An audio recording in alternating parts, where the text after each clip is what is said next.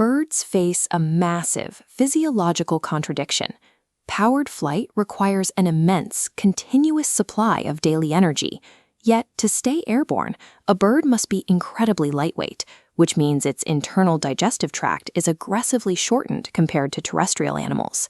To maintain a center of gravity suitable for flying, evolutionary pressure ruthlessly stripped away any unnecessary weight from the skull. That meant completely eliminating heavy, dense jaw muscles and the teeth they power. This schematic shows the avian oropharynx. Without teeth, the mouth is strictly an intake valve. Notice the laryngeal mound at the tongue's base. It is lined with stiff, backward-pointing papillae that grip unchewed items, raking them directly toward the esophagus. Because the entire meal is swallowed whole, the heavy mechanical burden of chewing had to go somewhere. The avian system solves this by physically displacing that processing hardware out of the head and deep into the body cavity. The intact food bolus drops straight down the cervical esophagus. Unlike mammals, birds completely lack both upper and lower esophageal sphincters to gate this downward flow. Instead, in many species, the food lands in the crop, a highly distensible pouch located right at the base of the neck. The crop provides a distinct survival advantage. A bird can land in a highly exposed, vulnerable environment, rapidly gorge on seeds or insects until the pouch is full, and immediately fly back to a secure location to actually digest the meal. It functions primarily as a biological hopper. Chemical breakdown here is minimal, limited to small amounts of amylase hitching a ride. The crop simply stores the bulk material and meters it out in a slow-moving flow to the stomach. In some species, this tissue is highly specialized. Pigeons and doves, driven by the hormone prolactin, shed the lipid-rich lining of the crop to produce a nutrient-dense crop milk to feed their young. By utilizing a storage pouch, the avian anatomy successfully decouples the dangerous act of gathering food from the heavy, lethargic process of digestion, prioritizing immediate flight readiness.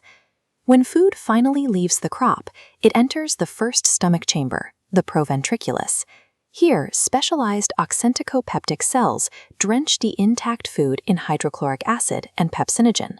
This chemical wash plummets the local pH to around 2.6. In mammals, teeth crush food to increase surface area before stomach acid does its work.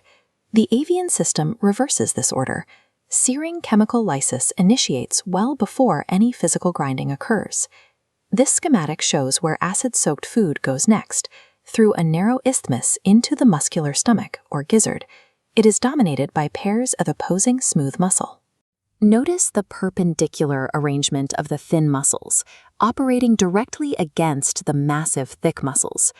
To protect itself from its own acid and the intense friction of grinding, the interior wall of the gizzard continually secretes a hardened, carbohydrate protein layer called the choline cuticle.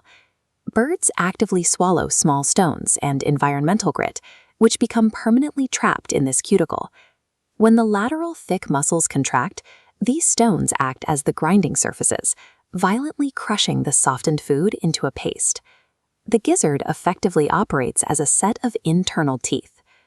By migrating the heavy grinding apparatus out of the skull and placing it at the bird's center of gravity, the anatomy maintains perfect aerodynamic stability. This setup introduces a severe physiological constraint. Because the intestinal tract is aggressively shortened to save weight, there is very little physical runway for digestive enzymes to fully break down complex nutrients. The solution is highly coordinated retrograde motility, specifically a repetitive biological loop called the gastroduodenal cycle. This electromyographic recording illustrates the massive internal pressure differentials required to force digestive actively against the standard flow of the gut. The narrow isthmus acts as an intrinsic neural pacemaker, firing rapid, synchronized signals that trigger this specific sequence of pressure spikes. First, the thin muscles contract. Next, the duodenum pulses. Finally, the thick muscles contract, forcing the gizzard's contents backward, returning the chyme directly into the proventriculus. This reflux action creates a continuous bidirectional loop. Rather than moving in a straight line from mouth to tail, the food is pumped back and forth, repeatedly washed in fresh acid and ground against the grit. Bidirectional flow allows birds to artificially multiply the functional length of their stomach. They extract maximum caloric energy from difficult foods without requiring longer, heavier organs. Once the chyme is thoroughly liquefied, it finally clears the pyloric valve and enters the small intestine, starting at the duodenal loop. In mammals, bile is injected immediately to break down fats. In birds, the bile and pancreatic ducts don't connect until the distal end of the duodenum, meaning lipid emulsification is deliberately delayed. This tissue cross-section reveals the aggressive absorption strategy of the jejunum. The dense, zigzag arrangement of these mucosal villi projects deep into the lumen to capture nutrients the second they are chemically available. Any remaining undigested matter bypasses the ileum and arrives at the ilio-cecocolic junction. Here, the tract branches into a pair of blind-ended tubes called the ceca. The ceca operate as isolated biological fermentation vats. Specialized microbial colonies live deep within these pouches, breaking down the complex structural carbohydrates that escaped the primary intestinal enzymes. This requires a second instance of avian retrograde transport. Liquid water and waste are actively pumped upward, surging backward into the ceca. This upward reflux strips the final drops of moisture to prevent dehydration and allows microbes to recycle excreted nitrogen into usable amino acids. The avian hindgut operates as a highly efficient engine of absolute resource conservation. Passing through the relatively short, flat-walled colon, the remaining waste reaches the final terminus of the avian tract, the cloaca. The cloaca acts as the single shared exit point for the body's digestive, urinary, and reproductive systems. To manage these competing outputs without cross-contamination, the chamber is partitioned into 3 sections: coprodium for fecal matter, urodium for urinary input, and proctodium. Discarding the urinary bladder, kidneys process nitrogenous waste into semi-solid uric acid crystals, dropping directly into the urodium.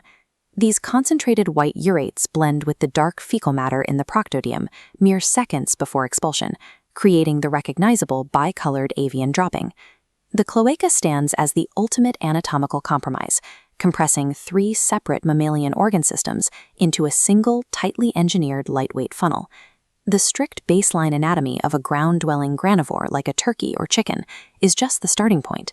The avian gastrointestinal tract exhibits extreme physical plasticity based entirely on a bird's ecological niche. This table of anatomical dimensions highlights massive variations in the length and mass of the digestive tract. While a granivore requires a dense, heavily muscled gizzard to crush seeds, a carnivore relies on a highly distensible stomach, prioritizing chemical storage over mechanical force. In raptors, we see an entirely unique function called egestion, the systemic processing and expulsion of indigestible materials like bone, fur, or feathers. This process is a highly controlled compaction event, followed by a rapid, forward-propelling anti-peristalsis. It relies exclusively on esophageal smooth muscle, operating entirely differently from the abdominal spasms that drive mammalian vomiting.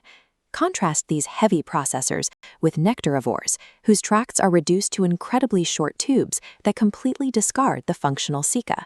Regardless of the diet, the core engineering principles remain the same: the displacement of mastication away from the skull.